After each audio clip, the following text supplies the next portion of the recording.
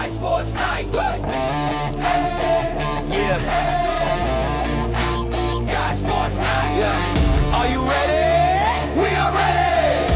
Are you ready? We are ready. You are ready, you know. Will and Ed in the chair, you already know. From off-season grind to that post-season glow. We talk all sports all the time, let it roll. From the OHIO to the rest of the globe. This is Sports Night anthem for the guys, for the crew. Hottest topics on the table, we coming straight to you.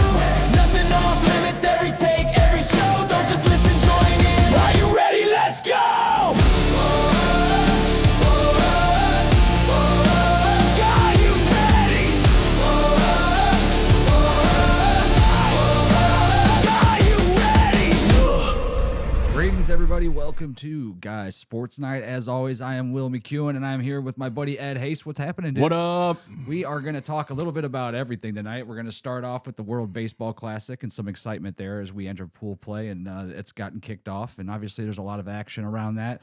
We're going to get into celebrity fights, I guess you would call them, exhibitions, as Gina Carano is going to now take on Ronda Rousey on Netflix, and how that's become the new thing, as Netflix is kind of allowing everybody that opportunity to see those fights we used to pay $70 to $80 for, and it looks like nostalgia fights are now the thing. So excited to see where that conversation goes. Obviously, free agency is kicked off for the NFL. We're going to talk a little bit about offseason, what the biggest moves, who the biggest spenders are, which I'm kind of surprised at a few of them.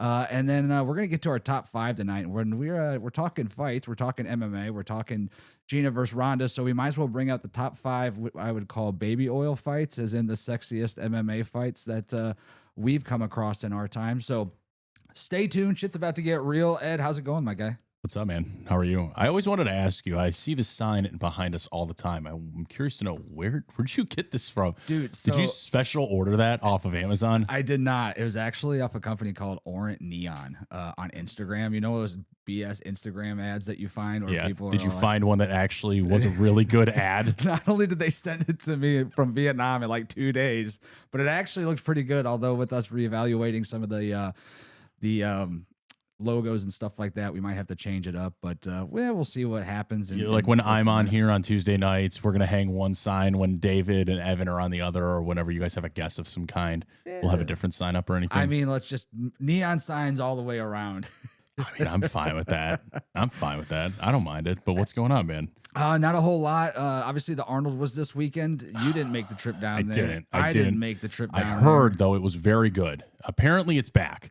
It's back to what it used to be. I heard it was back in a bad way, though. I heard a lot of people were extremely frustrated with the ability to get in and out of there, and how almost impossible it was to move around. And I went last year when it was already bad, but when you have 75-degree weather, all of a sudden parking a half a mile or a mile away Sucks and walking a up. lot. Well, it gets a lot better when it's 75 degrees, though, so everybody wants to do it, right? Yeah. But I saw some videos from down there that were pretty chaos. I guess I don't know if they had to shut it down, but there was a lot of people there, no movement, and apparently there was some fire code violations. So I don't know what's going on. But I just heard it's back in the ways of you used to being able to go there and just being able to honestly enjoy it. Being able to get free samples is so back as well, apparently. A lot of the guys there are cool.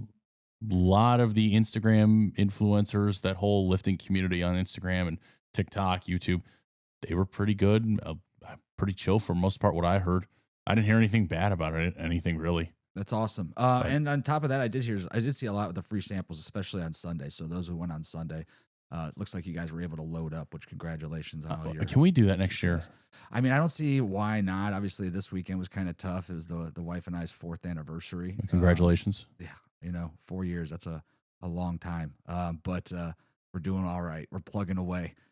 Baby on the way. So, yeah, a lot going on. We didn't make it down. A lot of good stuff going on in your life, you could say. I would like to think so. I would like to think so for sure. Do you think you'd be, if you were to give me a piece of advice, life advice at 27 with where you are now at 43, what would be kind of a piece of takeaway that I could have? Oh, man, it's so hard because I look back now at 27. I'm like, I wish I would have traveled a lot more. I wish I would have gotten out of the country a lot more. But at the same point in time, I worked my butt off, and it's allowed me to, enjoy my time now and in my 40s. And, I guess the biggest piece of advice I would tell people is do not stop staying in shape, trying to eat healthy, trying to work out, because the longer you do that, the more you're able to enjoy when you get to the point of having kids, when you have more money in your bank account, when you're doing more, better financially, you have your own home and things like that, then it makes it more possible for you to do those things. Yeah. So you would rank fitness and traveling kind of up as 1A, 1B in that instance? 100%. Okay. Yeah, absolutely. I would. And experiences like when it comes to, traveling and being overseas and seeing how these different places live and how they get along and how important community and family and things are like that to them. Yeah. It's great to have that wisdom at a young age.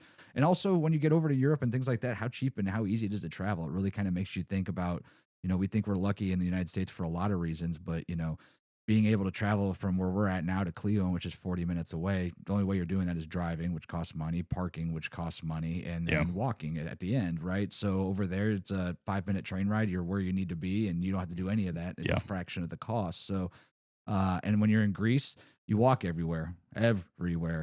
So, most of the people over there are not overweight. Most of the elderly are either taken care of or still in great shape. And I think it's definitely a great way to survive. So, yeah.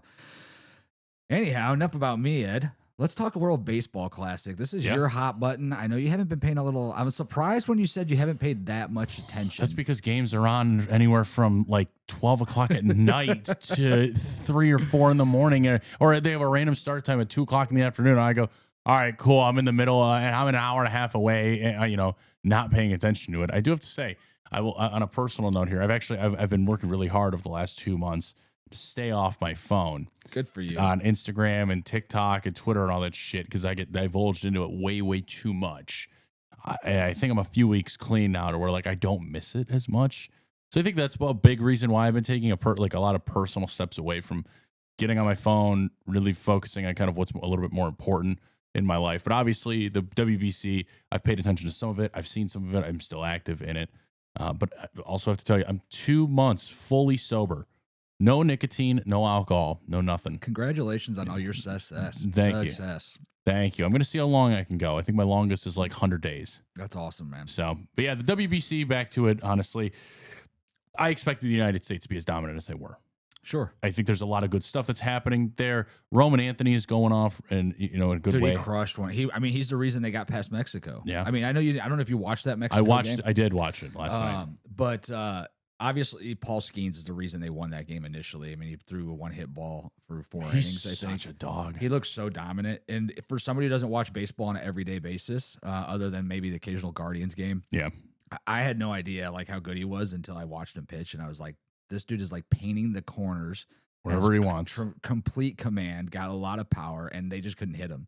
In fact, like I said, he gave up 1 hit through 4 innings. And then obviously Captain America, Aaron Judge, comes in, blasts one opposite field home run, which gave them the lead. And then I think it was right after the next inning, maybe it was a 3-run homer by Anthony who put them up. But Mexico made it close. And it's funny, I'm not familiar with any of the hitters on Mexico, but they were crushing the ball off of some of our relievers, and they made it a close game. In fact, I think it ended up with if it wasn't for our shortstop, forgive me his name again. Bobby Witt Jr. Making a name for himself in the WBC because he had 2 incredible plays. Can I correct you? Those plays? I did. I did watch those plays, and I have to tell you, he's not just creating a name for himself. He's been the name. He is considered the best shortstop in the MLB. Is he by really? many standards, yes.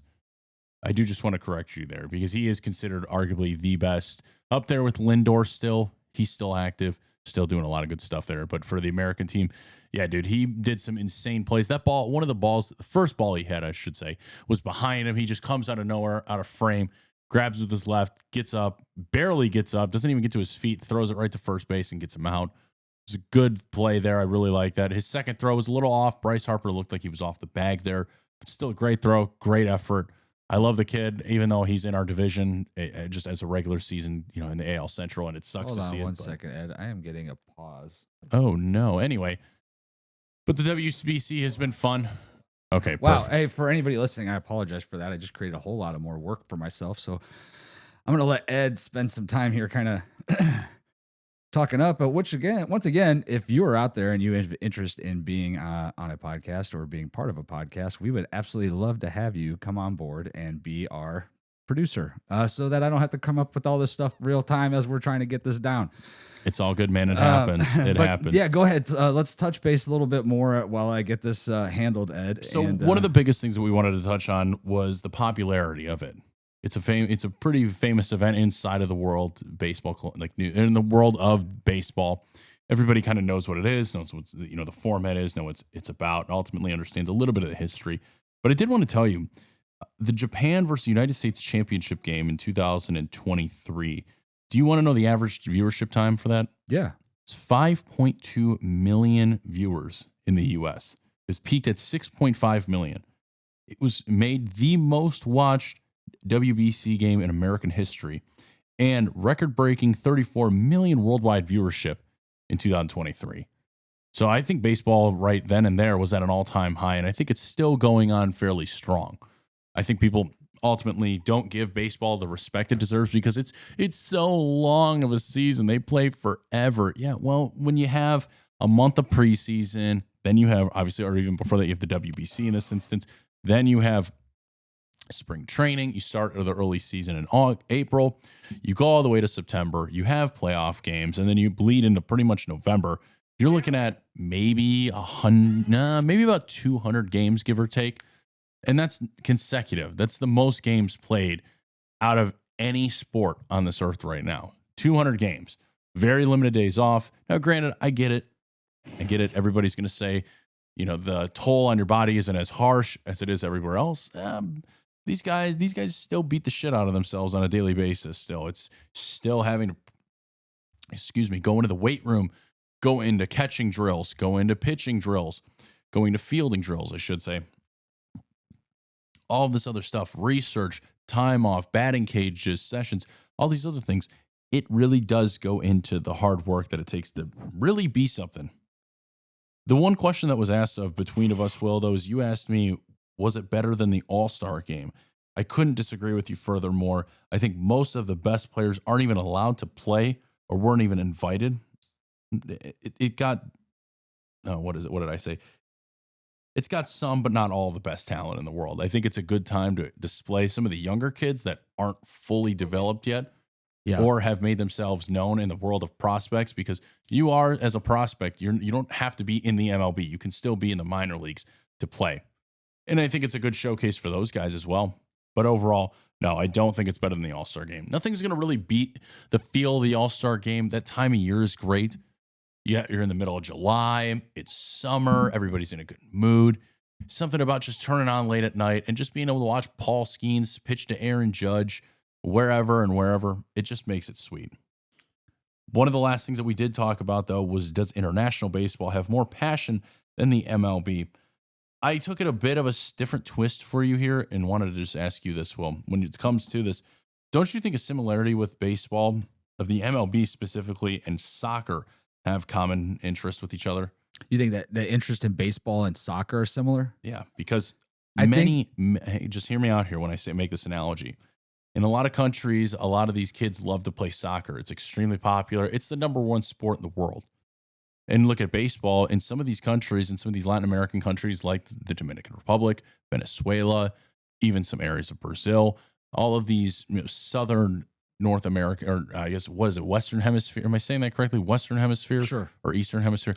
Whatever side of the globe that we're on, a lot of those kids depend on being able to make it to the MLB in order to make themselves actually turn into something, out of the poverty areas that some of these kids come from. So you hear the stories all the time of some of these kids that come from absolutely nothing and turn into something. I think the same thing can be said with soccer. There are a lot of kids that don't have the luxury of going to these private schools and astute colleges and, getting to play in the major leagues for soccer.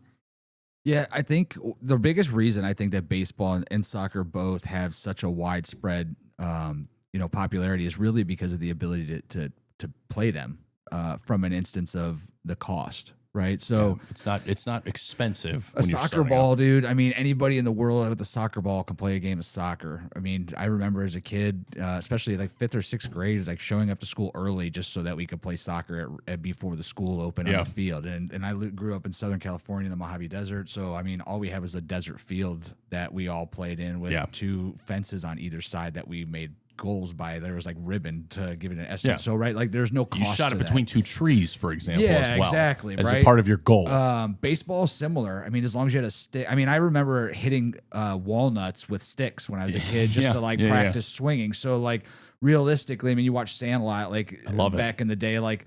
I mean, you could play with anything. I remember playing with tennis balls and just whatever the case we could find. Do with what you had at that point. Yeah, and my neighbor, when I moved here, lived on an apple orchard. We would literally go collect apples and smash apples all day because then you have to go chase them and go get them back. Right? Like it was just an easy way to take batting practice. So when you go to talk about these countries, like the Dominican or Mexico or anywhere in the United States, regardless of where it is, these are two sports that I think are just really easy to play, regardless of what your level of financial capabilities is, especially as a kid.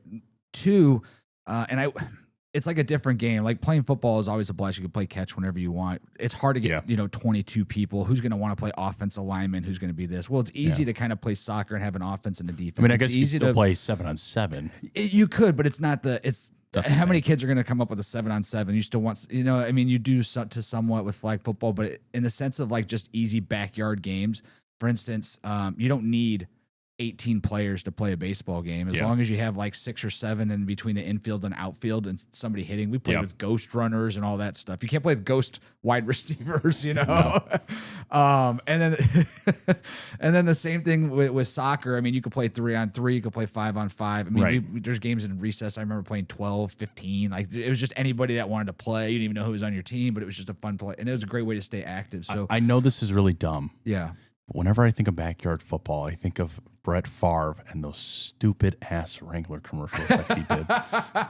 I don't know why. I always think of that. That is so funny because I would not think that you would even know about those. But dude, that's exactly that's how I remember. Outside of obviously being a Packers fan, one of the biggest memories I have is of Brett Favre not only leaving our team but then being in these commercials. That is hilarious. It was hilarious. I don't know why that just randomly popped into my head and why all of a sudden I remember that. But a little fun fact for you. I specifically remember when not seeing Brett Favre in the Packers, seeing him in those Wrangler commercials. That is hilarious. All right, so give me just a minute here. I just wanted to pull up. So we were talking a little bit about Bobby Witt. Oh, well, let's finish up on this. So on this topic. So popularity comes from the fact it's really affordable. It's easy to play. Everybody can really do it. I mean, soccer is one of those sports where you don't really have to have athletic capability when you're starting out at elementary school. So it's very inclusive of everybody playing.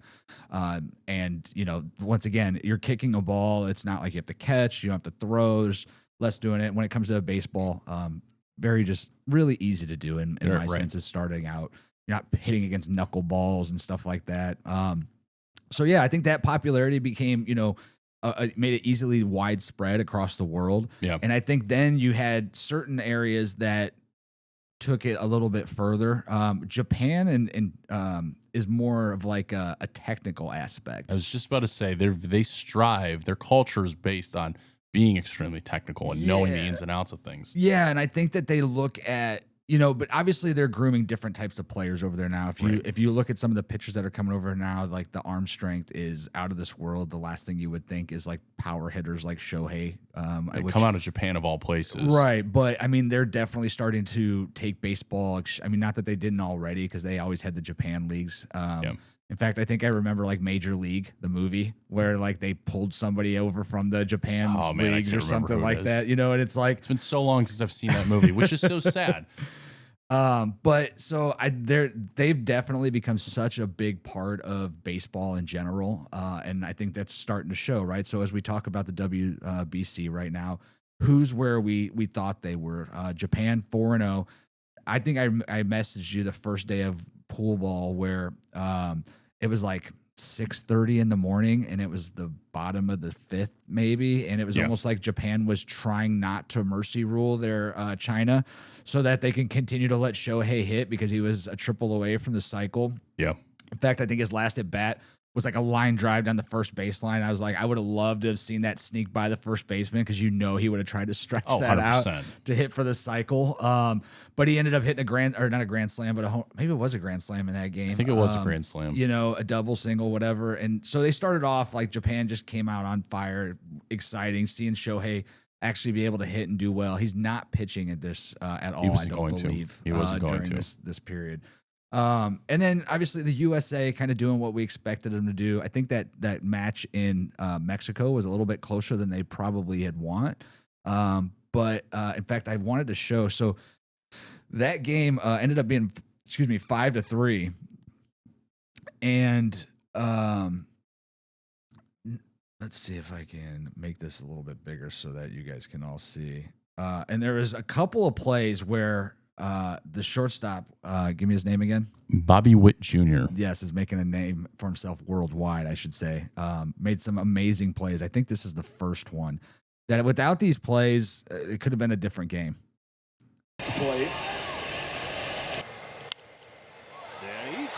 Oh my Yeah. Like that is just one of the most insane reaches. Yep. It's incredible to see the level of skill that some of these ball players have. Like that is so far in the hole. That is essentially in the outfield when by the time he gets it's behind him. Incredible. I don't think you realize, well, he's reaching out and away from Oh himself. yeah, look at that. Plenty of time. And yeah, I mean, I'm not sure who was running, but they were definitely not at full speed, I would say, or Oh no, Alejandro possibly- Kirk. Alejandro Kirk is 5'6" and he's all of 300 pounds. He was running at full speed right there. And this is when Skenes was pitching. Skenes, like I said, threw a one-hitter through 4 innings. Yep. This must be the second one. Oh, did they just Same replay thing. it again? Oh, no. No, it's back to back. Yeah, it's back-to-back. Okay. Or I'm sorry, no, it was the next inning. It was the next inning. You're right. You're right. My bad. But yeah, so I mean, incredible plays by him, and it was at the point in the game where they needed this because Mexico was continuing to get a base runner here,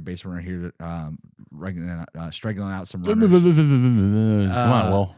And then later on, don't make fun of me because I stumble. I have a speech, You know I love have you. a speech impediment. No, you don't. I'm being Don't judged. lie to the people. Being judged. It's okay. Speaking of Judge, this Aaron is- Judge then comes out of this after this inning, and after the 5th inning, it comes out. It's a 2-run homer, followed up by a 3-run homer by Anthony. And Roman then, Anthony. And then Mexico inches their way back in. It's 5-3, and I mean the closer came in and did his job, got the last 2 outs with a runner on, but that game could have went a multitude of different ways. I was surprised it was so close, but once again, U.S. is who we thought they were. They're undefeated as well, 3-0 in play.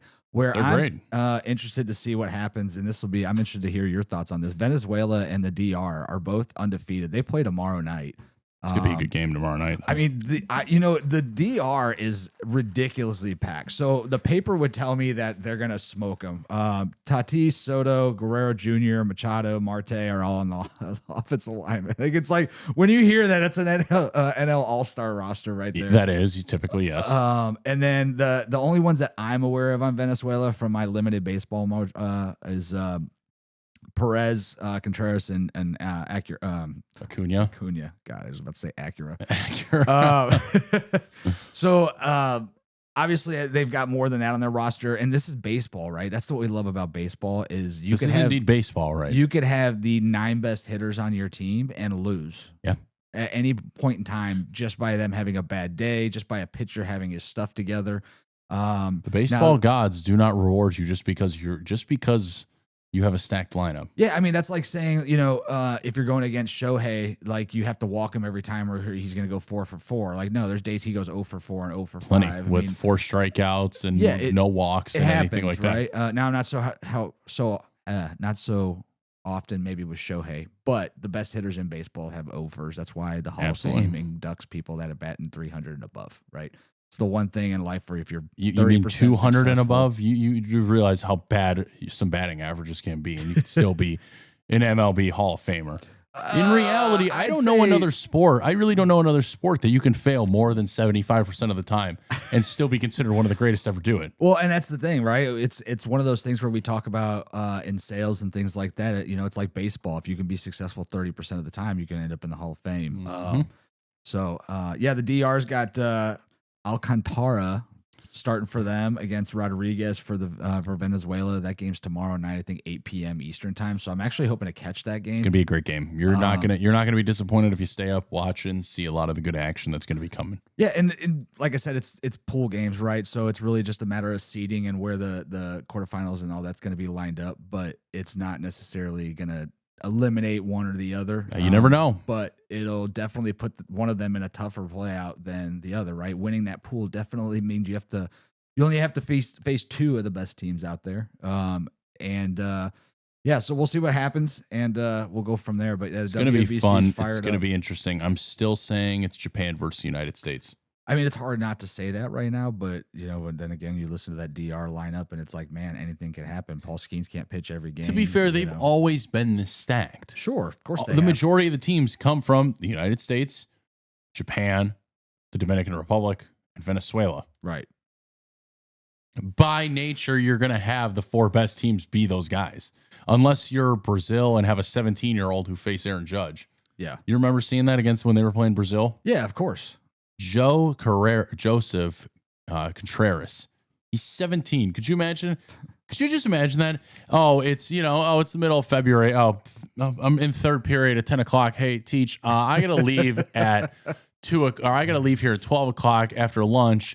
I gotta go throw 100 miles an hour today and get Aaron Judge out, grounded out on a bases loaded play. Well, it's funny because originally the Olympics used to be about amateur athletes, and it's turned into more professional athletes, sponsorship, everything else. And when it comes to the WBC, it's great to see our favorite baseball players go out there and dominate, whether it's for Team USA, whether it's seeing guys like Shohei on Japan, or Acuna and all these other guys across these different areas. Acuna.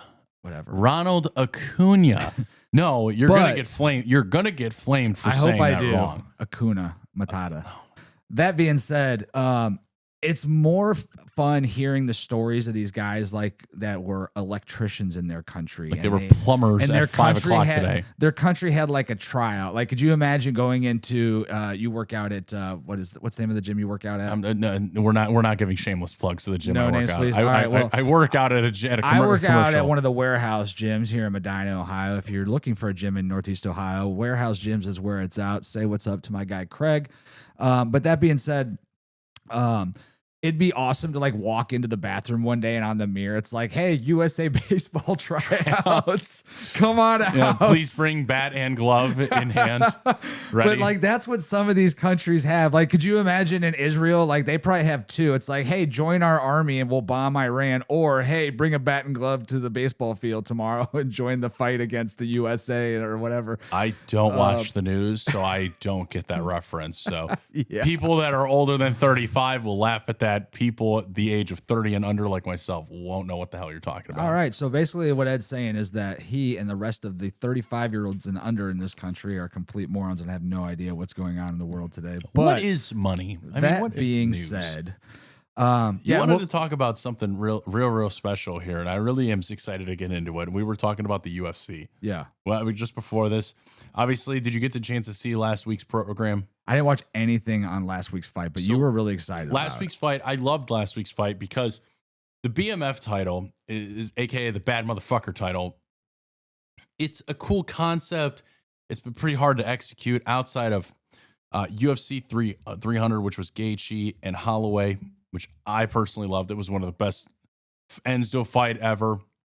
I think that could be considered a hell of probably one of the best finishes of all time. If you've never seen it, they pretty much duke it out for a little bit. Go to the end here. And at the horn, Max Holloway knocks out Justin Gaethje. Lights out cold. Yeah. One of the best knockouts you'll ever see in your life. Probably one of the most pinnacle moments of the UFC to ever be watched. And the bad motherfucker title, I don't remember necessarily who started it, but it was a gimmick. It was more of just a company gimmick to say like, hey, you're the best out there to do it. You're the baddest motherfucker in the ring. And I liked last week's fight because I'm a big fan of Charles Oliveira. I hated watching him get stomped out by Ilia Topuria. I forget who he fought after Ilia to get to this fight, but I also love Holloway as well. Those two are awesome. You have one of the best strikers of all time in Holloway. He's a fucking mauler, to say the least. If you've never seen any Max Holloway highlights, you need to get on him. You'd like him a lot. All right. And you have Charles Oliveira, who's a big time grappler. He's the best submission artist in the UFC history of all time. He has the most submission finishes, everything. And I thought it was going to be great, and it turned out to suck. 5 rounds decision, and you pretty much had Oliveira smoke the shit out of him on the ground. The second Oliveira got his hands on Holloway, it was game over. Oh my gosh, that's hilarious. Because you have the best submission artist going up against one of the best strikers. And I mean, Oliveira manhandled him any way he wanted him to. Higher Caliber podcast said Kimbo Slice. What? Kimbo Slice. Kimbo Slice didn't do anything in his UFC career, but he was a legendary backyard fighter. That is very well true. But I don't think the BMF title needs to ever be its own actual lead fight. It doesn't need to be the main fight on the card. Right. It shouldn't be, because it's created by the UFC. It's not an actual sanctioned belt. So right. It doesn't matter how many times you win it. It doesn't mean it.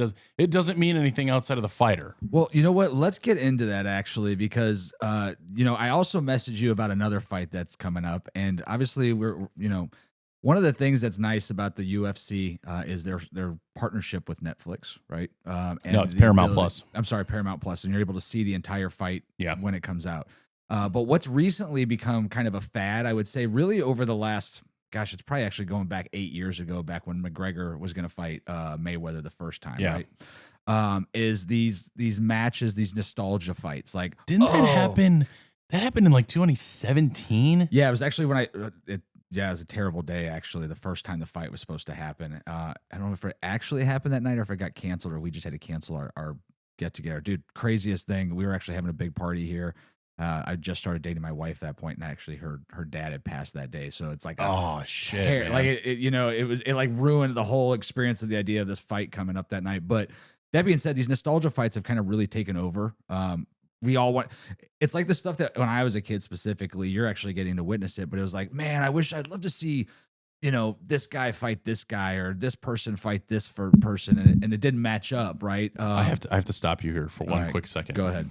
People don't miss the fights like that. People don't care about the nostalgia of it, of watching these people fight. They care about how they want to chase the feeling of how they felt when they saw it happen. Well, if you're talking about seeing a Mike Tyson today, I'm just saying, fight now versus back then, to a degree. All I'm saying is people always say I miss the good old days and this, that, and the other, regardless of what it is. They don't care necessarily about those days. About those days themselves. They care about how they felt in those days. Oh, I would disagree on that part of it. Well, I mean, yes, I definitely felt better when I was back in those days, but at the same point in time, no, I think that when you look back, it's like, I miss the days before cell phones. Why? 100%. Why? Right? Like, but when we're talking about these fights, back in the day, we used to have conversations all the time of like, oh, I wish I could see this guy fight this guy, or I wish Mike Tyson could go back and fight Ali. Like, man, could you imagine what that fight would be 100%. like? And we always came up with these ideas of like cool fights that we'd like to see. And then even, in regular sports on a day-to-day basis, like, oh, I'd love to see LeBron and Jordan. Yeah, LeBron and Jordan go against each other, or watching Jordan versus Kobe, or watching Jordan versus Magic. I mean, Jordan versus Magic when I was a kid was like the ultimate game, right? And it didn't happen that often. So now we've built up these nostalgia fights. We're going to talk about a couple of guys that are going to probably enter back in the ring. Conor McGregor is back in the talks with UFC. He's negotiating his comeback. He's been saying that forever. I don't buy it. He's actively in negotiations right now to come back with the UFC. They're trying to find a fight for him right now. Because he's got to get off all those steroids too. Yeah, there's going to be a time. I heard that about a month ago. He actually cleared his way through. What's the drug protocol for UFC? Who's it through? It's not Oops. UDA. I don't know. It's like the Nevada. It's like the Nevada State. State Drug Administration. But so the other night I'm watching something and I see this fight about to come up on Netflix, and I was like, "This is a fight I would have liked to seen 10 years ago." What is going? Is this? I thought it was fake. Actually, I don't even think I saw it on like a TV show or anything. I think I just saw it on the news. So here's the next fight being added to the card for Netflix as far as nostalgia fights. Ladies and gentlemen, get ready. This is going to lead us into one of our top 5s for the night. So Here we go.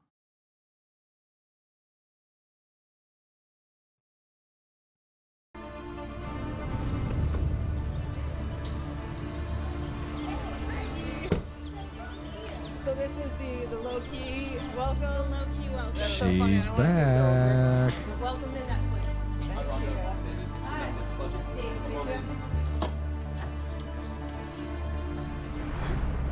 I mean, we're having like such a welcome, and everyone's treating it like it's such a big deal. But we've been doing this like behind the scenes for like over a year. It just seems So funny because now like everything's such a the production. biggest women's fight of all time, maybe even the So biggest MMA overproduced. fight of all time. This is The going to biggest be fight something of that all something time. that's So never this been was done actually in before 2012 and women's combat 13. sport. This is one of the most desired fights in MMA.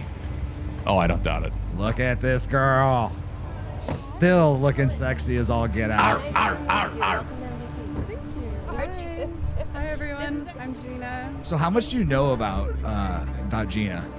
I don't know much, to be honest with you. So Gina's family is fucking loaded. Like Really? yes. All right. So I'll stop sharing this. Is that Andrew Tate? Is that Tate right there? Is that looks Cobra Tate? Just like Tate, dude. That is scary. Is how that much Cobra Tate? So I'm trying to remember who her family actually comes from. And again, so my history and knowledge when it comes to the UFC kind of jumps around. One of the biggest memories I have is Ronda. Of course, she was the biggest female star. She was arguably the biggest star during her run, which rightfully so. I mean, she was undefeated for a very long time. 12-0, I think, before she got her. Oh, we're gonna talk about that. Yeah, well, there's some fights in here. I don't want to spoil just what we have coming up because I do have some good notes here for you. But yes, she did have a good run at one point. Also, to answer your question, the UFC drug testing program is independently administered by Combat Sports Anti-Doping, led by former FBI agent George Pyro. The program, which replaced USADA, utilizing Drug-Free Sports There we International. go. That was, so USADA. It was USADA. So now it's called CSAD as of 2024. Interesting.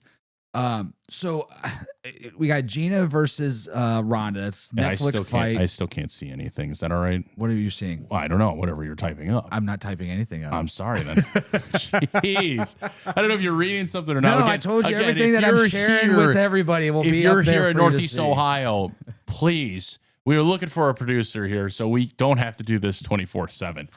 All right, so Gina Carano's grandfather was like a Yeah. huge figure in the Nevada gambling scene. He actually founded the El Dorado Hotel in Reno in 1973.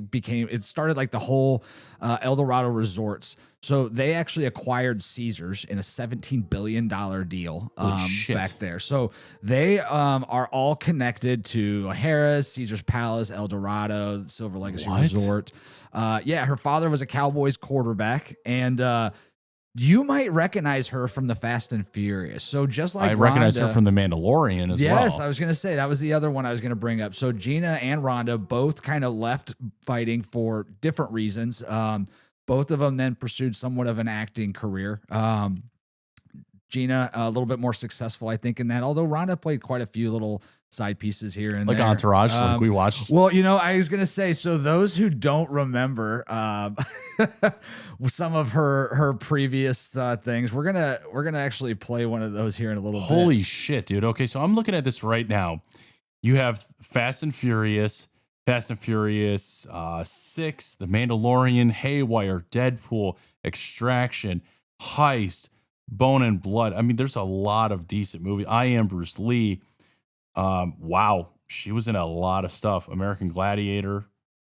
Yeah, well, because I mean, Bleeding Steel. she's a badass. I wasn't familiar.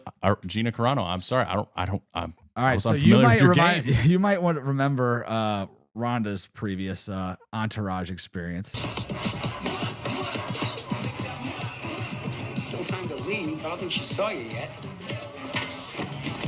Oops. Too late. This is like the greatest TV series ever. I've Do yourselves a never favor, seen this. guys, if you're out there. Thanks, Ronald. Make sure that How do you you bring your backup get dancers with involved in you this. Hey, everywhere? ESPN HD TV Sorry, full miss. game live. Let's go. Oh, you It's not said like if I some want to spamming. apologize. What is there really to apologize about? Chat I didn't ban want you him. to have the wrong idea. Chat ban him. What was the right idea? I want to take you out. So then why just talk about us doing business? Because this guy got in my head, all right, telling me that there's no way you'd be interested in me and... Not very manly to let another guy influence what you do with the ladies, bro. That sounds like our friend Dude, group. if you want, you gotta watch that series. I've never seen it. And he really likes you. Promise, he could care less about business. Everyone in this town has an angle. I don't. I really, really don't. So let me prove it to you. What do you want to do? You want to take me in the ring? I'll let you beat me up for a round. Let me? You know, he does box and do some cardio. I meant like I won't fight back. You couldn't last 30 seconds with me if your life depended on it. I could really hurt you, Turtle. So I last 30 seconds, you let me take you out on a proper date. Last 60 seconds and I'll let you fuck me. YouTube, don't ban us. How much time? 3 seconds. How much time? The best part is he takes a swing. Yeah, no, that was never gonna work out for him. So yeah. So Ronda.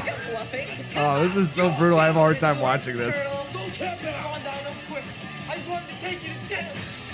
Would you let Ronda Rousey break your arm for a day? This is how do I say this? This could be a part of one of the memes where it says the worst thing that she could say is no. Yeah. And then this actually appears. Actually, she could break your arm just because you wanted to take her to dinner. So let me ask you this. You've seen Gina, you've seen Ronda. They're now, I mean, they were in their prime in the 12s and 13s. Like this was a fight that back then you They're also wanted in their to see. 40s now, dude. We're talking about something that's where I want to go with this. 17 years ago. But they're still very sexy women, right? They still have definitely the appeal.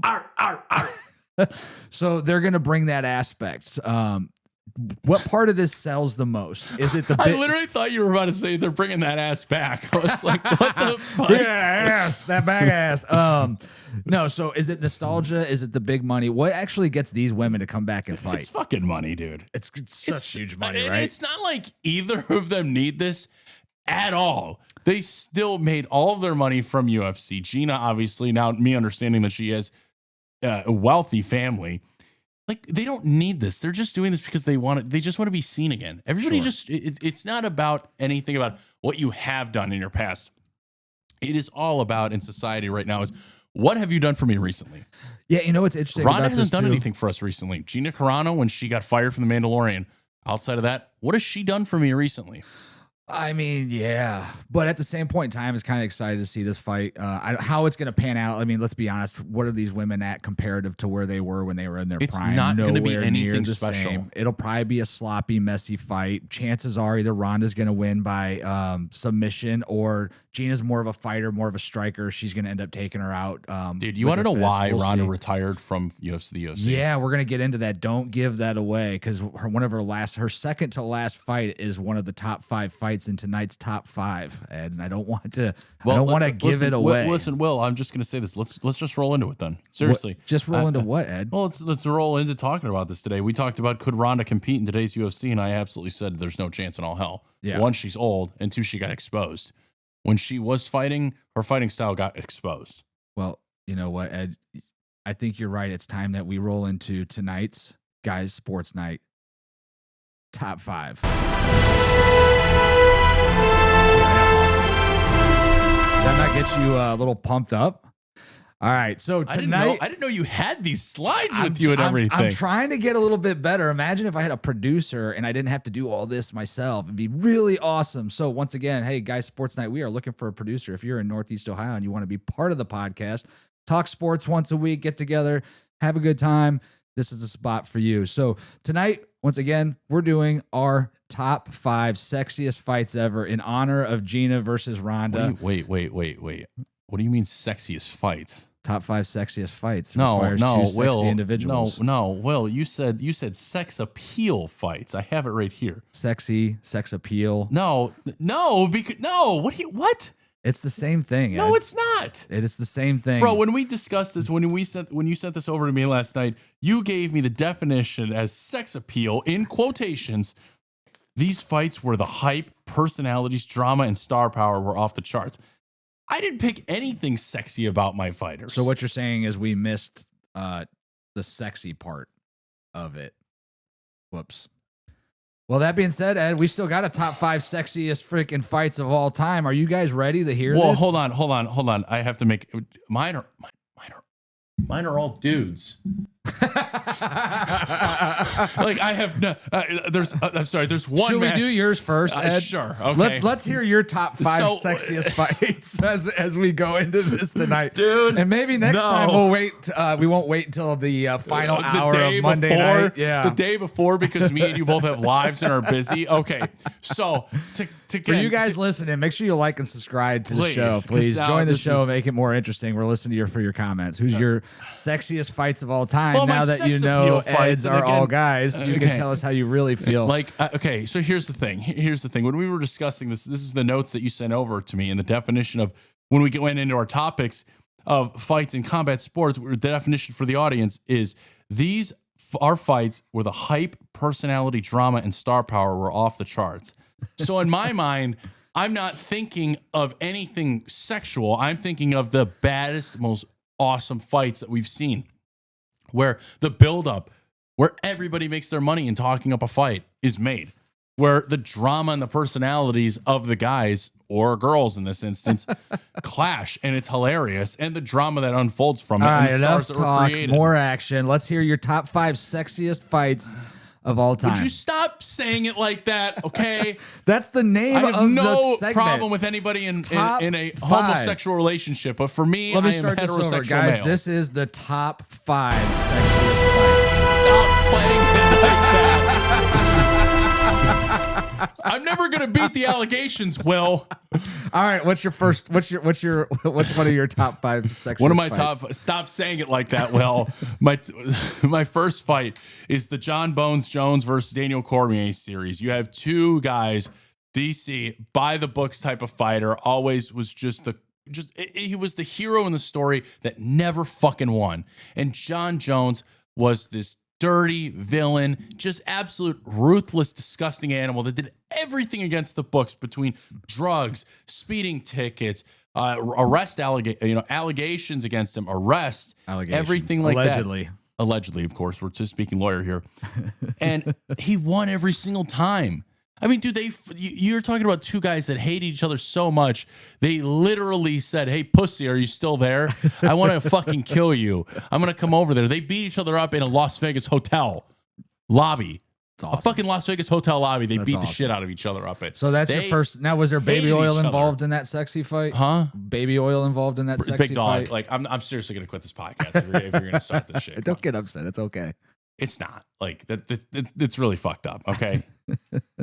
But two guys who ultimately continue to build their careers off of that. Obviously, DC didn't stick around as long as John did. Well, John Jones is probably the greatest fighter to ever be in the MMA. That's debatable. Would you say sexy debatable?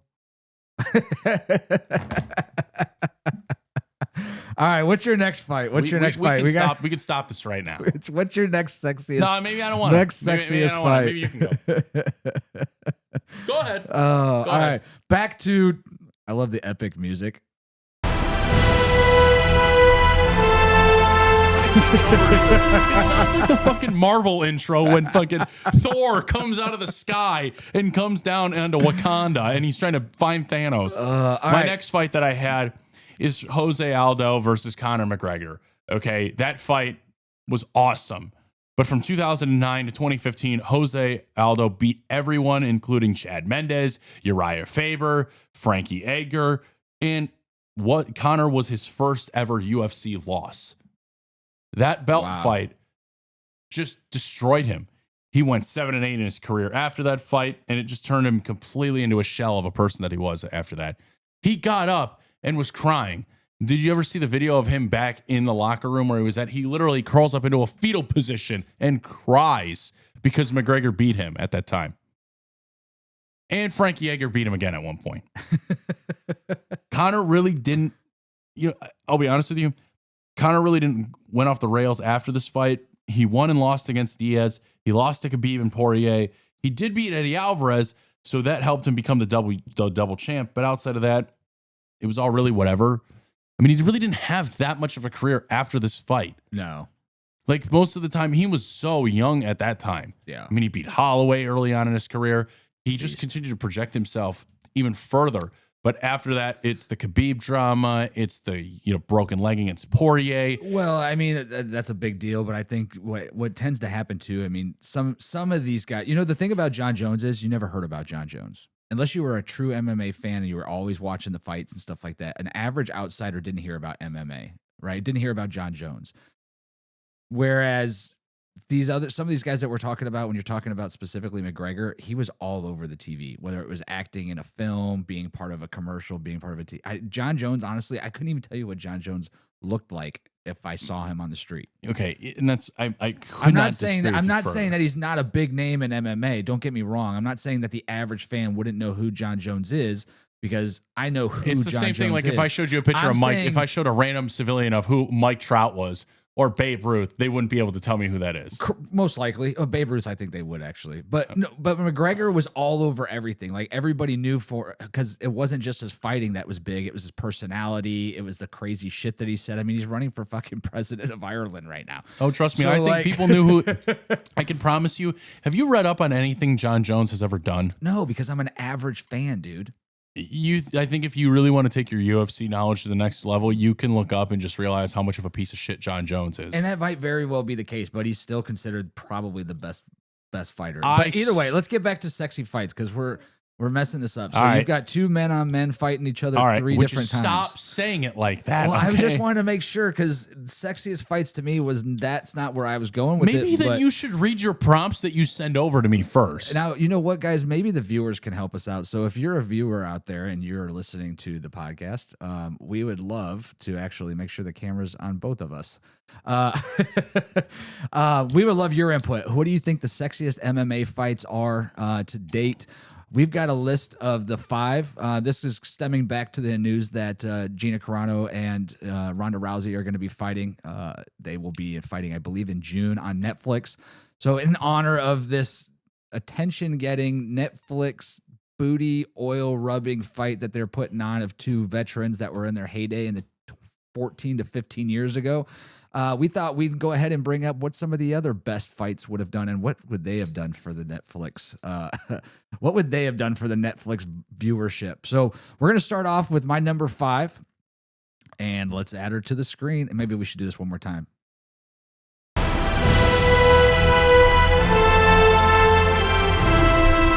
That's just such great work by Grok.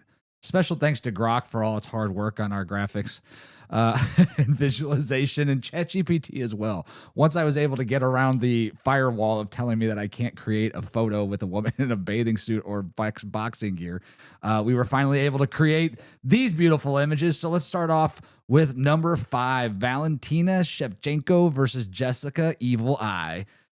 This was my number 5 overall fight. I mean, you just look at these women. They're both absolutely stunning, of course. But I clearly just completely missed the mark. The bell. But let's take a look at, I got a little footage on a couple of these, so we'll pull up these as we're going through the top 5. So this is just a little footage from. Oh, fuck. Oh my God. Jesus. You heard that smack of that leg right it against is her head. so quick. And bang. Rolls that hip over and bang. Brutal, dude. So it's not enough to just be in the top 5. You got to do some serious damage in the top 5. We're not just here to post up beautiful women and go from there. The next one I got is Ronda Rousey versus Miesha Tate. So number 4 on the list, Ronda Rousey, Miesha Tate. This is one of Ronda's big fights because Tate was in her prime at that time. And she actually beat her, I think, twice, if I'm not mistaken. Yes, she did. Both by submission, obviously. That's what she does. So let's just take a little bit. Miesha tags her. Miesha puts in a big hit. Oh, right to her face.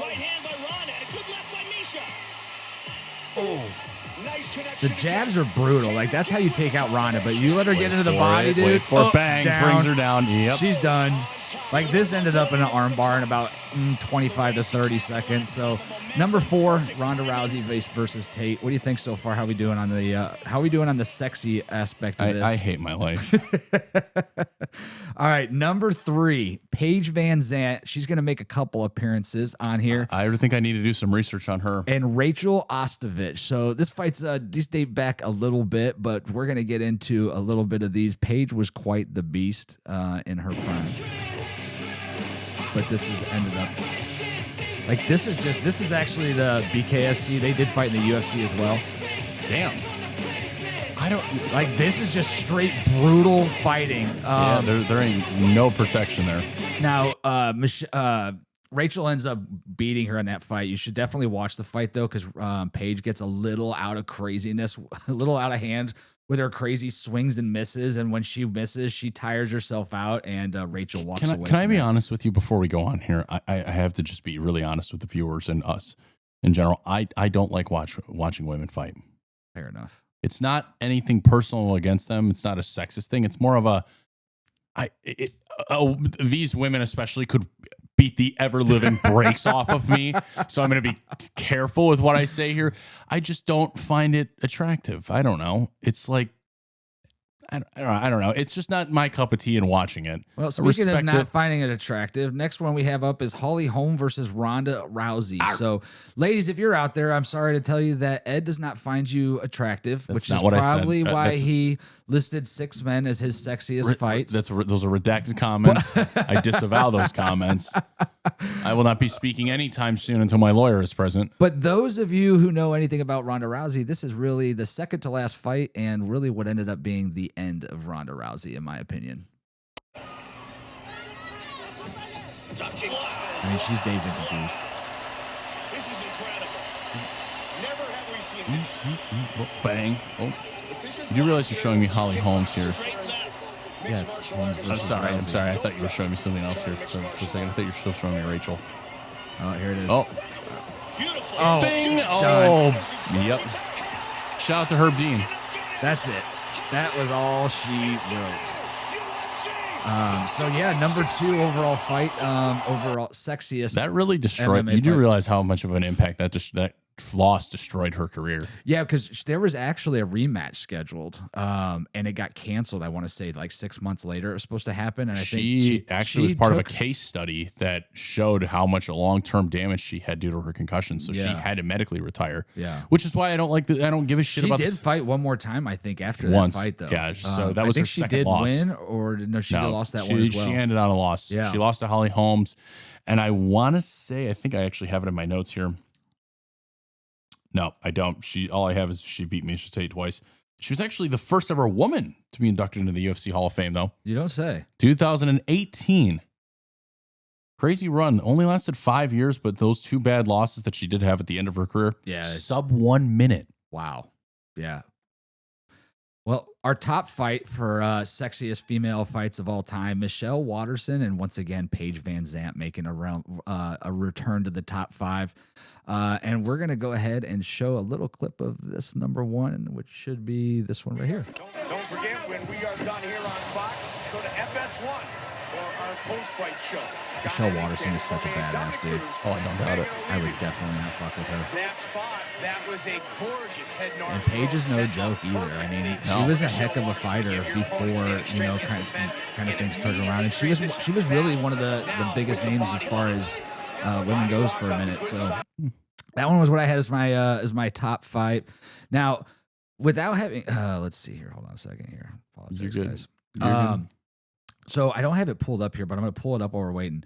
There was one fight that was classified as what would have been the sexiest fight of all time. Now, unfortunately, it did not actually make the happen. One of them had to retire just before the fight was taking place. And I actually just heard the story for the first time today on why she actually retired. But give me just a minute here. I'm going to pull this up as soon as I can. And as we mentioned here, if you guys want on a Tuesday night, kind of relax, talk about some dudes, just talk about some dudes. That's twice.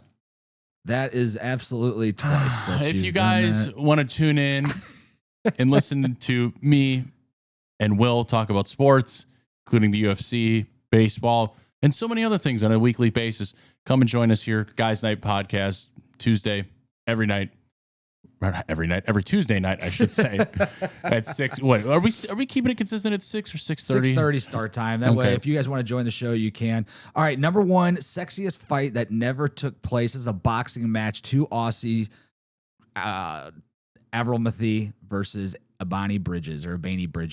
This fight was supposed to take place. It was supposed to be a great bantamweight fight, and unfortunately, Avril had to retire after this. She actually preparing for the fight, got hit a couple of times, and she said it was like nothing she had done before, no special punch or anything that took her out. It was just 2 hits that she remembers distinctly now, and unfortunately, the concussion was just something where, you know, some people are told things during a concussion period that it's like, hey, you really can't take on another one of these again. Some are told you shouldn't take on another one. It was enough for her just not to jeopardize her future. So that would have been probably the sexiest and most awesome fight of women in a boxing match probably in the last decade or more. And unfortunately, it's the fight that never happened, Ed. So now that we kind of know where I stand when we talk about sexiest fights, and we know where you stand when we have sexiest fights. So when we have this conversation in the future, like, you know, sexiest WWE matchups, if you could not refrain from including The Undertaker, I would greatly appreciate that. Yeah, totally. I got you. I mean, listen, I got to give props. When I see a good looking guy, I'm just going to say it. A good looking dude. I'm comfortable in my own sexuality. I'll say it. Now we only I have no problems with that. Do you have any problems with that, Will? Not at all. Okay, then. Not at all. Now, can I also mention 2 more things to you before we move on to a different topic here? Well, I was going to finish one thing up, but go ahead. Oh, no. You know what? Go ahead. I'll leave my stuff alone. Go ahead and show them the WWE fight that me and you talked about. Well, actually, go ahead. I can't find the exact one that you're talking about, but this one was going to make my top list here. But I figured we would keep it to unscripted. So here we go. It's going to happen in 3 days. What are This you is showing an me? oldie but a goodie, guys. Oldie but a goldie? Oldie but a goodie. Tori Wilson and Stacy Keibler. Yeah. For those of you who like the WWF and the WWE, this back in the day was the pinnacle of wrestling for women. Dude, they had so many hot I mean, it was all real. women back then. So this was WCW versus WF. Like, this was like breakdown. Dude, Trish Stratus still has it going on. I don't care what anybody says. That woman is gorgeous. That woman is hotter now than she was back then, without question. I'm starting to turn into Mark Jackson when he's talking about LeBron's mom. The finals, did you ever see that? Yeah. That's funny. Here, let's fast forward this a little bit. This is a classy fight. What are we doing here? Oh, an arm wrestling Yeah, match. classy fight. Oh, good times. Yeah, That's so hilarious. obviously we had to have a couple on there that We had to be a little unscripted with it. you know, but what are you that's gonna funny. do? What are you gonna do? So We gotta love old WWE stuff because honestly, what it was back in the day, primo. dude, it used to be so much fun. So that was the Guy Sports Night Top 5. I need a little more to that. It's just like I feel like do we're it gonna one more time. Do it just one more time for yourself. Just do it one more time for yourself. You say for myself, but you kind of seem. Hold on, I got this. I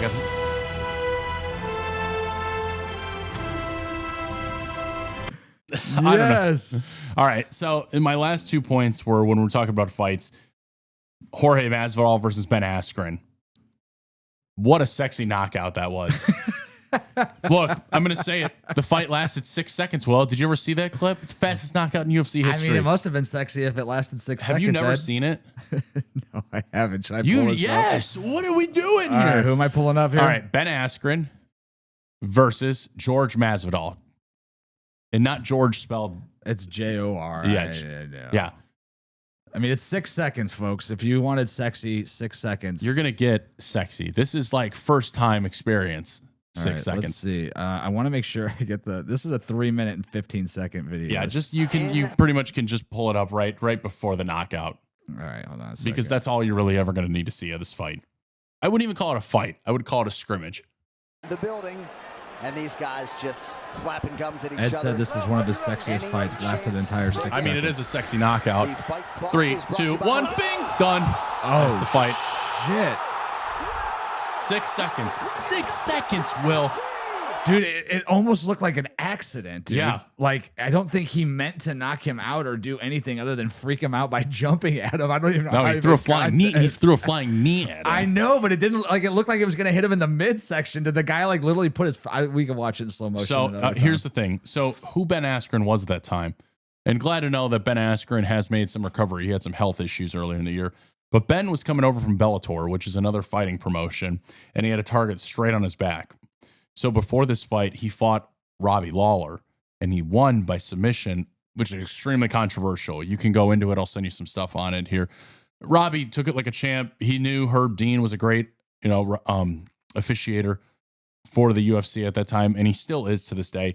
But going into that, Ben just put that target on his back, and Jorge wanted to shut him up over it because he's riding high. You know, at the time, I think he was like 18-0. He was 19-0 going into the UFC, and George wanted to shut him up, and he did it with the fastest knockout ever. It was a great build-up because Ben didn't play the game back then. You had to sell that fight.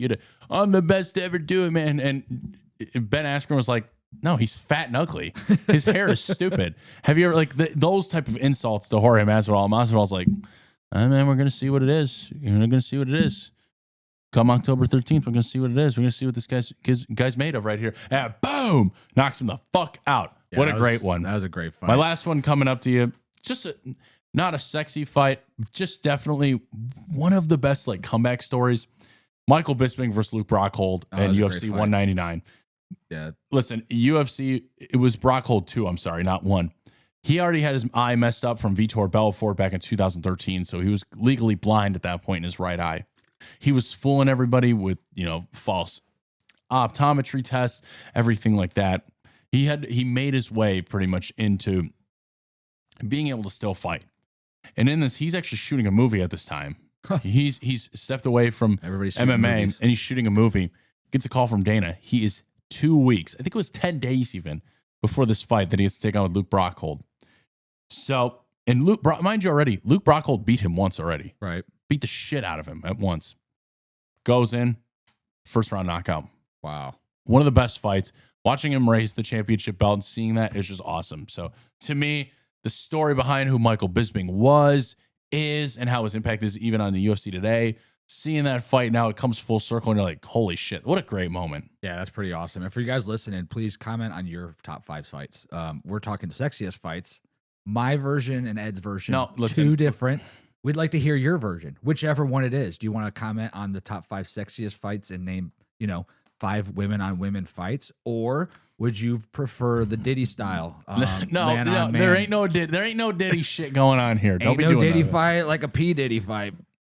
No. Do you want me to bring DC over here? Hey, let's wrap up this MMA comeback tour.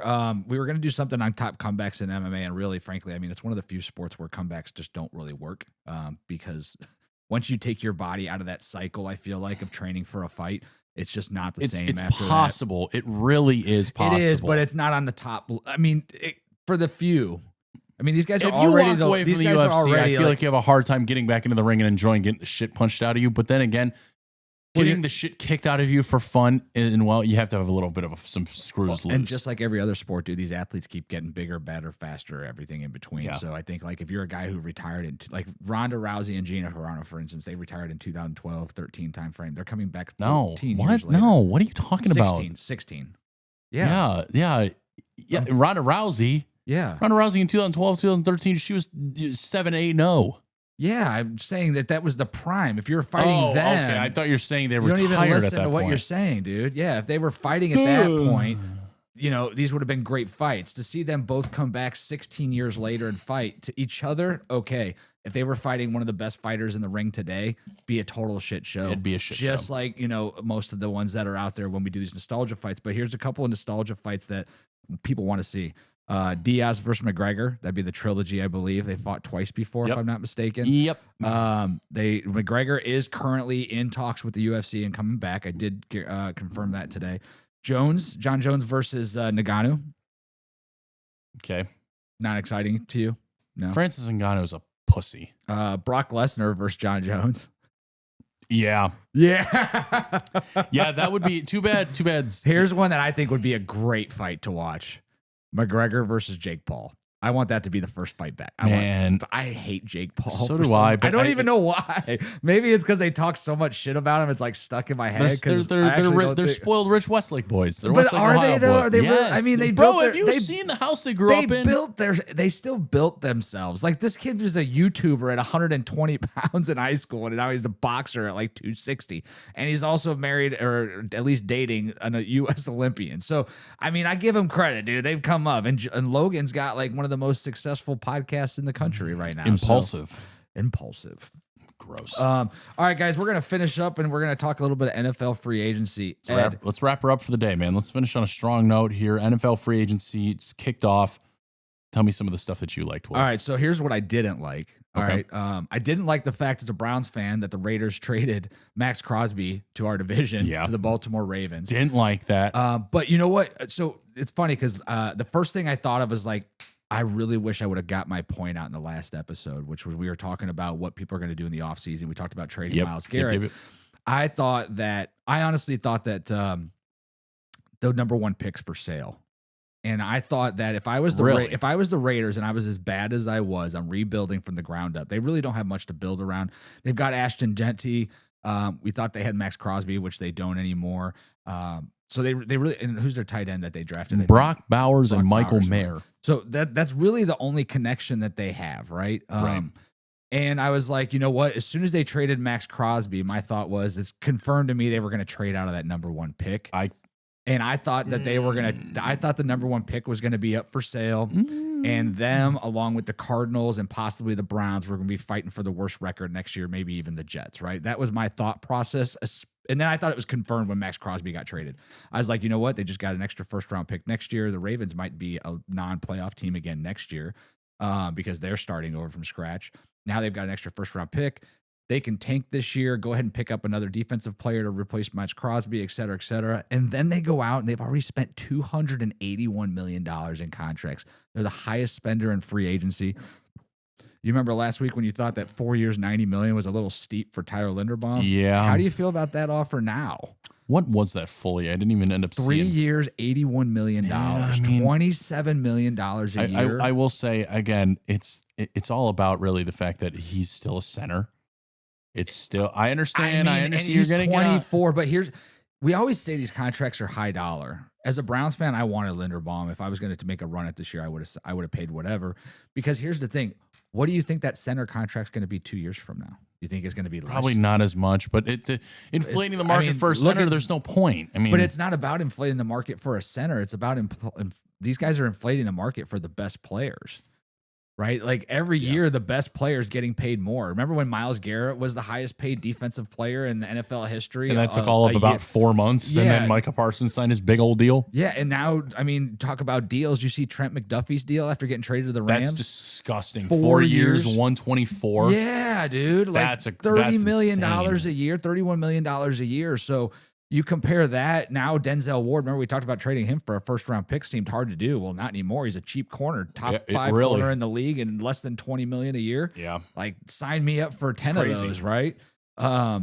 They also gave big money to Jalen Naylor, which I was surprised. The Raiders wide receiver 3 from Minnesota. Yeah, you notice all their deals are 3-year deals. Yeah, 100%.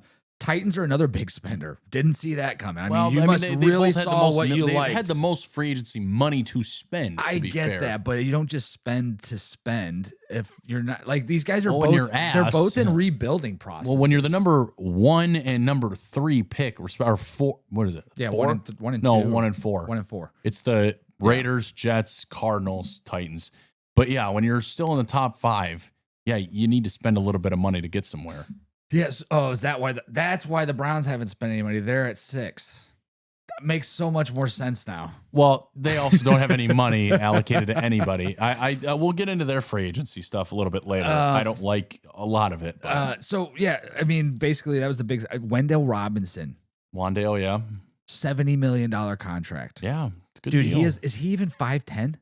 5'8", 5'9". 5'8" receivers getting $70 million. I think his Dude's was 3 or 4 years. Was his 4 years? He was nobody until last year, dude. Yeah, he had to step up. And he did. He played himself into a contract. He did. I mean, so hey, let's talk about the other. Wait, I'm sorry. Where did Wandale Robinson go to college? No idea. Kentucky. Oh, I Go didn't on. know that actually. All right, next big deal, and this one was to stay with his team, and this is where this guaranteed to me like the only way the Browns are getting a receiver is one of two ways: drafting him or trading for one. And if that first pick seemed steep with a 4th rounder or 6th rounder or whatever I suggested last week for Marvin Harrison, I would make that trade today after seeing the Titans pay 124 as well. Was it 100? It was. I don't know. I equivalent don't to remember that. $27 million a year to bring in Alec Pierce back, I believe is the contract. You mean the Colts, not the Titans? Oh, did I say? I'm sorry. Yeah. Yeah. Titans. It was 4 years, 116. 4 years, 100. And he turned down. He turned down more money to stay with the Colts. That's insane. Well, yeah, I guess. I think that's crazy. Yeah. 4-year deal, or he's 4 years into the league. I was trying to look up his stats from the last couple of years. You got to think, if Alec Pierce is getting $27 million a year, what the fuck is George Pickens going to cost? Well, there $35 million a year. He's at what? He's a franchise tag right now at $30 million. I want to say was like that what it was. So that's your average for a top 5 receiver. Yep. Yeah, you got to look at Pickett. All right, so Pierce's last year was his first year. He got 1,000 yards. It was 1,003. And let's not forget, just 3 or 4 years ago, 1,000 yards was something that was an accomplishment at 16 games. Now they get 17 games. Yeah. It's the equivalent of, I think, 56 yards a game or 55 yards a game. That's crazy. Yes, 47 catches, 1,000 yards. The year before that, 37 for 824, 32 for 514, and this dude just got $120 million over 4 years. That is stupid. It's so crazy. Dumb. Well, I mean, here's the next step. How long before Justin Jefferson wants a new deal? T. Higgins just got a deal last year. If I were T. Higgins and gosh, I just drew a blank. Justin Jefferson and Jamar Chase. Like, I'd be like, rip my deals up. I want what that dude got times like 30% increase for actually being a good receiver and not just a dude on a team. How many touchdowns did Alec Pierce have last year? 6 touchdowns. Bro, the market is insane. I mean, that's just absolutely insane. I could understand if he had a 1,300 yard season with 15 touchdowns. Like something like be exciting, dude. Like, I mean, I get that he averaged 19 yards a catch or 18 yards a catch, big play receiver, blah, blah, blah. Dude, just think about what that relates to. And according to if last year Jerry Jeudy was a free agent after that first year with Cleveland, that would be super insane. Like he's only getting paid like maybe $20 million a year. I don't even. I think it was a 3-year. Yeah, it's a 3 year 60. I don't think it's anything too crazy. Yeah, so Jared Judy's he got a 3-year, I think $64 million extension. Yeah, after he got traded around for a 5th round. I got to say, shout out to it was actually a 3-year deal worth $52.5 million, $17.5 million a year, 41 overall guaranteed. Shout out to Andrew Berry. As much shit as I give him, he knows what to do with 5th round picks. Yeah, trade them. Amari Cooper, Jerry Jeudy, Titus Howard. I hope Titus Howard works out. Yeah, so compare that to the deal that Pierce just got 4 years, $116 million, $29 million a year guaranteed. I'm sorry, but there's just we have to stop trying to pay every receiver like they are the number one guy in the world. So let me ask you this. I mean, and I don't watch Alec Pierce play a lot. Neither do I. If you compared him Jerry Jeudy the year before last to Alec Pierce. So I'm comparing 2024. I'm comparing 2025, 2026 Jerry Jeudy to 2026, 24 to 25 Jeudy, 25 to 26 Pierce. Yeah. I'm taking Jerry Jeudy. Yeah, 100%. Not even a question. I was just going to look. What would Jerry Judy's stats ended up being in 2025, just so I can kind of... He didn't crack 1,000 yards. I think he had like 4 touchdowns. No, he had 602 yards receiving and 2 touchdowns. So if you compared them side by side, like either way, it's just insane that this is the kind of money that's getting thrown out there. I get the salary caps going up, but it makes you rethink all these deals. So when we talked about Tyler Linderbaum getting record-setting deal, and not just record-setting, like he's getting, I think, $27 million a year. Something crazy like that. Versus the highest paid center last year was $18 million a year. Yeah. I don't know who that center was. I can't remember off the top of my head. But where he set this team or where he set the bar, now you mean that means tackles are going to get 35. Like Trent Williams out of San Francisco. Trent Williams doesn't retire. He's 38. He wants a deal. He is 38 years old, which is left crazy. tackles are fucking, they last forever, dude. They're like dinosaurs. They remind me of like the long neck dinosaur that just wandered around the field and lasted forever. What was that dinosaur called, Will? Brontosaurus. Oh.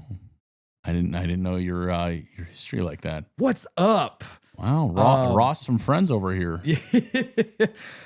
So yeah, I mean, going back then and finishing up on the Browns, what moves did you like?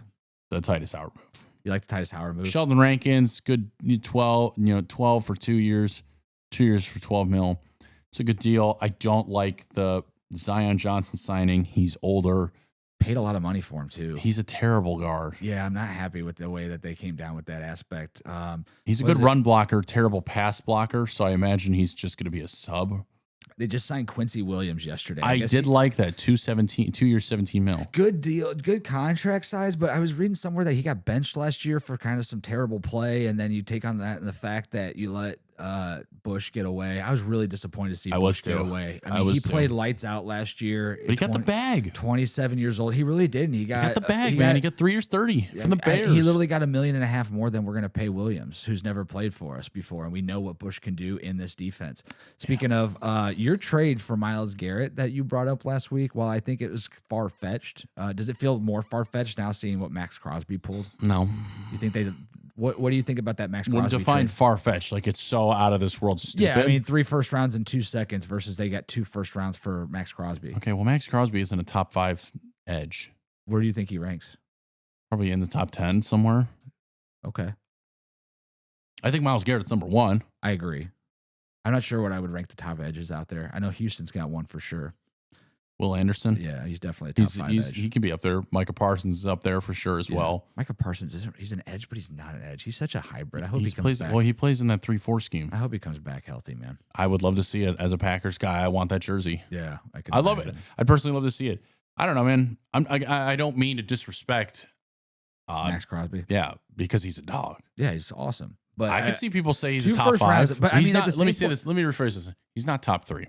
No, but I can at the see the same argument. point, so I think the 3 first is still a talk. It was crazy because Bleacher Report put out that report that there's a report that Patriots are going to trade 2 firsts and a third for Myles Garrett. I was like, nobody's taking that fucking trade, dude. Who even said that's a possibility? If the Browns were literally having the conversation of 2 firsts and a third for Myles Garrett, I would go down to Berea myself and drive my fucking truck through their front door for being the dumbest people on earth and do all of Cleveland a favor and drag Andrew Berry out by his tie back to my ball hitch. These are all hypothetical. These are all him. Hypothetical conversations here. We are not in any way, shape, or form trying to encourage violence at all. No, but disavow violence. Like that could never happen. I think the time has passed for the Browns to trade Myles Garrett. They should have done it before he could control where he goes, before he had the big contract, before everything took into place. He's not leaving, but it does make me wonder why he's not talking right now.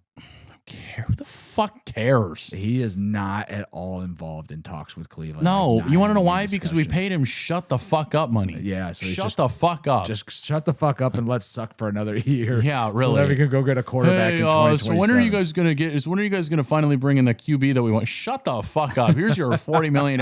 Shut the fuck up. Do you think I would have signed if I didn't know what the plan was? Shut the fuck up. Here's your $40 million, motherfucker. Yeah, he's gonna want 50 now. Congrats. Okay, Dude, there. Shut the fuck up. McDuffie got 31. Now all of a sudden Myles Garrett sounds like a bargain, dude. It seems like he did not take enough money to shut the fuck up. Yeah, really.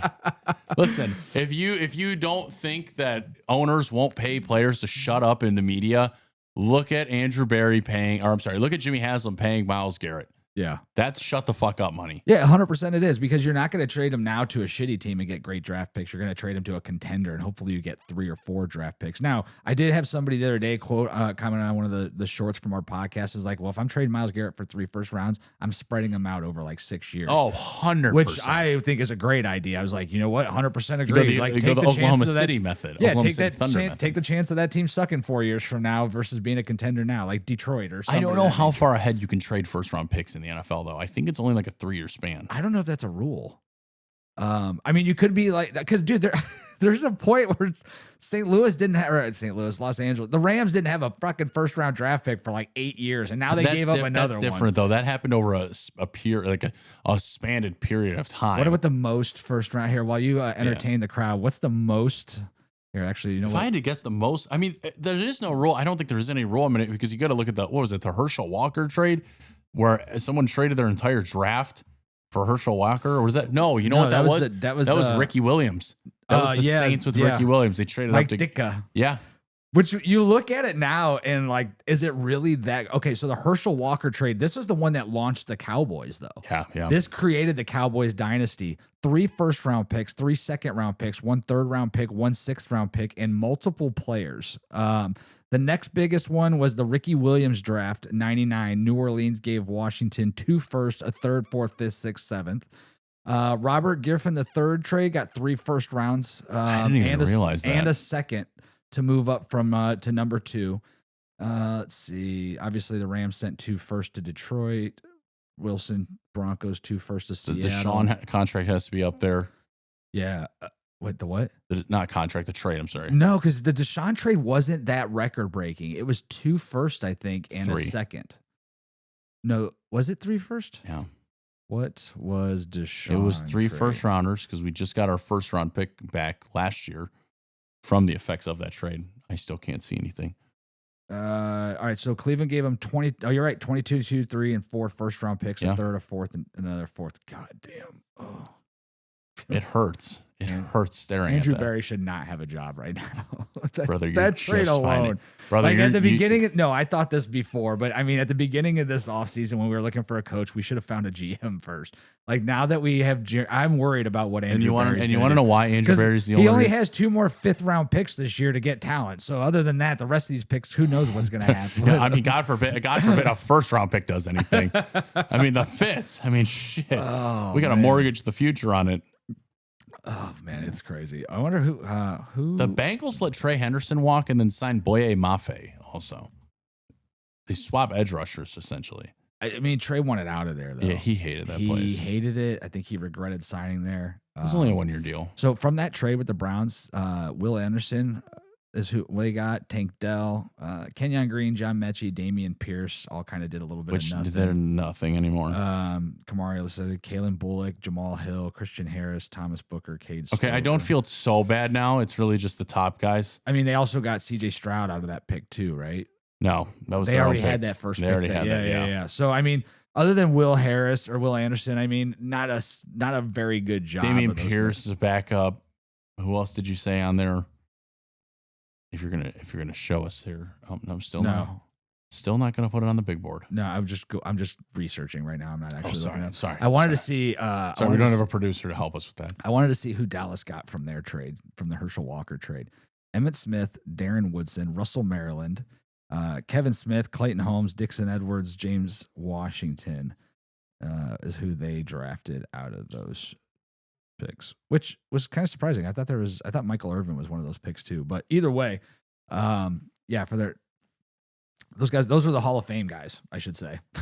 Yeah, the Hall of Fame picks that they got out. I'm sure there was some other guys too, but yeah, I mean, here we are. We're not much to talk about. We got a couple of guards that we signed in free agency. We traded for a right tackle. It sounds like Joe Bitonio might go play for the Chargers. I don't know.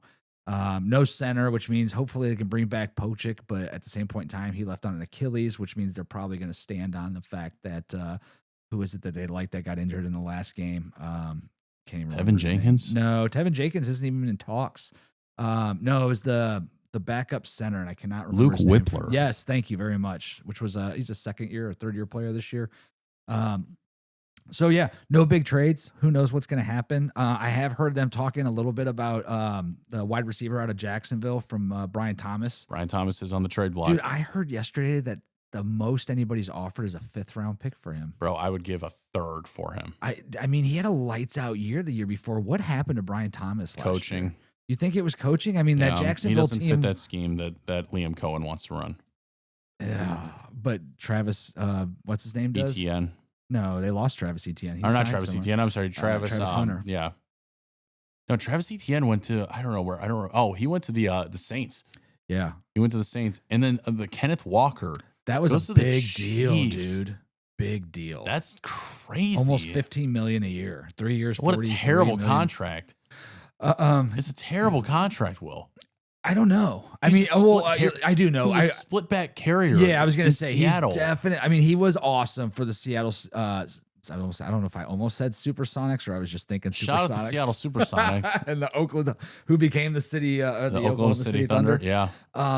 Yeah, that baffled me a little bit because you're right. He was a number 2 back before. No, he was the number 1 back there, but hurt. he was there with Charbonnet splitting carries. Like I don't like I mean, it. He's not anything special. He's quick. He's fast. He's great to the corner. The problem is, like, Seattle had a great offensive line though too. Like, let's not say that they didn't. And they got Creed Smith. They're gonna release Jawan Taylor. They're gonna get rid of Jalen Moore. You're talking about the Chiefs. Chiefs, yeah. And they got Creed I'm sorry. Humphrey. I'm saying the Seahawks. I understand that, and now where he's going, not so great. You know, Trey Smith and Creed Humphrey will hold it down, but their tackles are trash. I think. Do you think Tyreek Hill ends up going back there? They need him and they want him. They back 100% need him. And he doesn't need to be. God, if I'm him, I'm like, bro, I still have 2 feet. I'm worth what Alec Pierce just got in Indianapolis, dude. Like, that's a head case I never want. You know what we should touch on next week if it's still boring? Top 5 head cases. Top 10 head cases in all sports. Ooh, wow. We got to stay top 5 because I have this for the top 5. I don't have this for the top 10. Oh, well, then make a.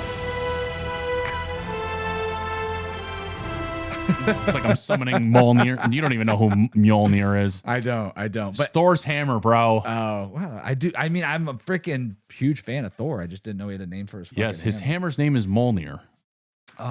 But right. well, it's always a pleasure let's call to it talk tonight. with Who's you, going to man. win tomorrow night? Dominican versus Venezuela. The DR. You think it's going to? Yeah, it's the DR. Just because you picked the DR, I'm picking Venezuela. That's fine. Upset. You heard it here first. Go take all your money and do not do what I say, but put it on Venezuela. This is not gambling advice. We are stupid and nowhere close to professionals at anything except our real jobs. Hey, everybody have a great night, including that person who spammed me with ESPN HGTV.com. If you're watching that, you should be watching us. Like, share, subscribe, comment. Who's your top 5 sexiest women fights of all time in the MMA? Are they better than ours? Probably, but we don't care. Like and subscribe. Give us a call. See ya.